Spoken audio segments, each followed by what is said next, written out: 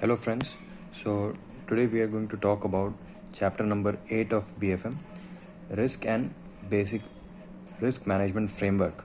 This is theory based usually and can carry up to 4 to 5 marks. Now, talking about risk, what is risk exactly? Risk is a future uncertainty due to which a loss can occur. So understanding, measuring and ways to counter this risk is very important. So we're going to study each and every topic here. First of all, we have basic risk management framework. So what this is basically is the structure for any company.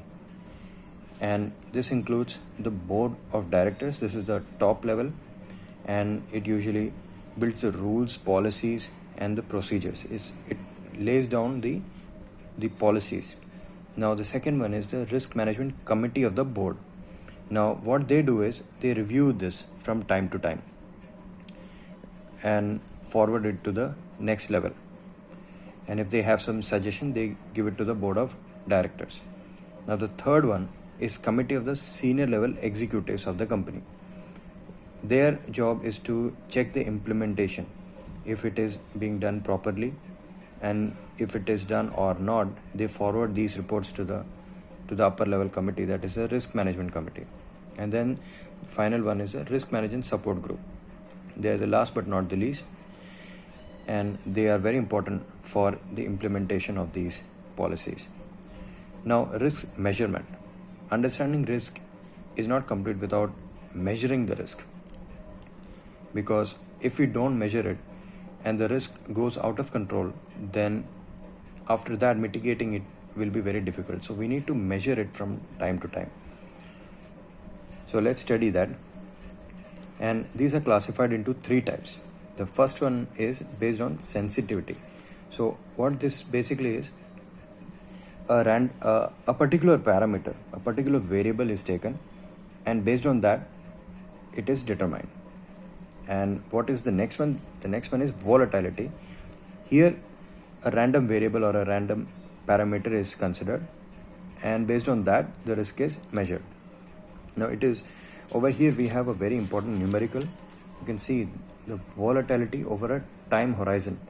That means time horizon could be few days, it could be few months or years, and in that time framework how much volatility is there is what is calculated through this formula, and that equals to daily volatility multiplied by square root of the time taken. Like if it is 30 days, the square root of 30. And what is daily volatility? It is a daily fluctuation. If a particular stock is taken, you will see that it is never constant. It will go up or down. And this daily fluctuation is what daily volatility is. And here we have a small example. Suppose the daily volatility of a particular company is 1.5%, and the time frame taken is 30 days.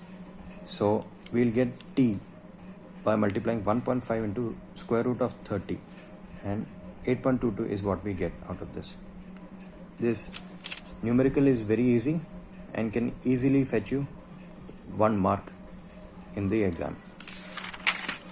So that was about risk measurement, the first and the second point. Now we have the third point, that is downside potential. It is the most important one because it integrates both sensitivity and volatility along with the adverse effect of the uncertainty, which means that it takes into consideration the maximum amount of risk a company can bear with, after which the company has a potential to crash completely. So that is what downside potential is, and it is measured using this VAR, value at risk. Now we have talked about the risk measurement.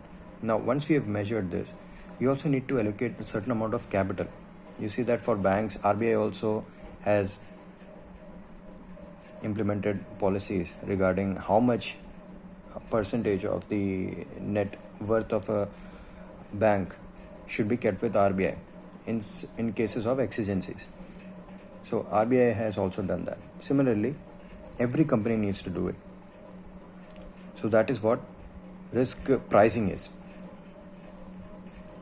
And now we are going to talk about risk monitoring and control.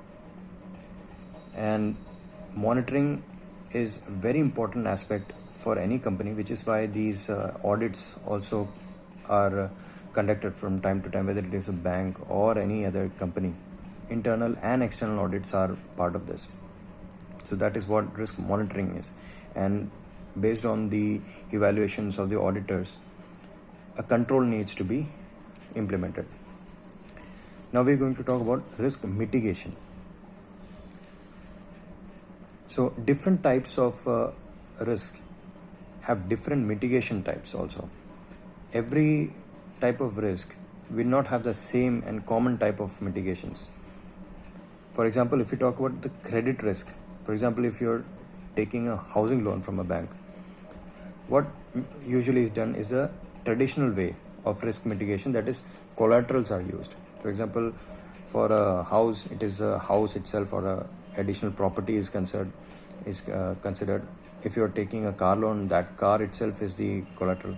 And if so, in certain cases, even third party guarantees are taken. The third party is also bound.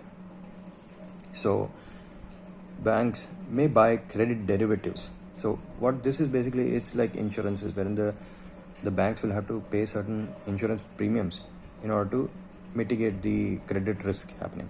For interest rate risk, you can see the banks use interest rate forward interest agreements or financial futures.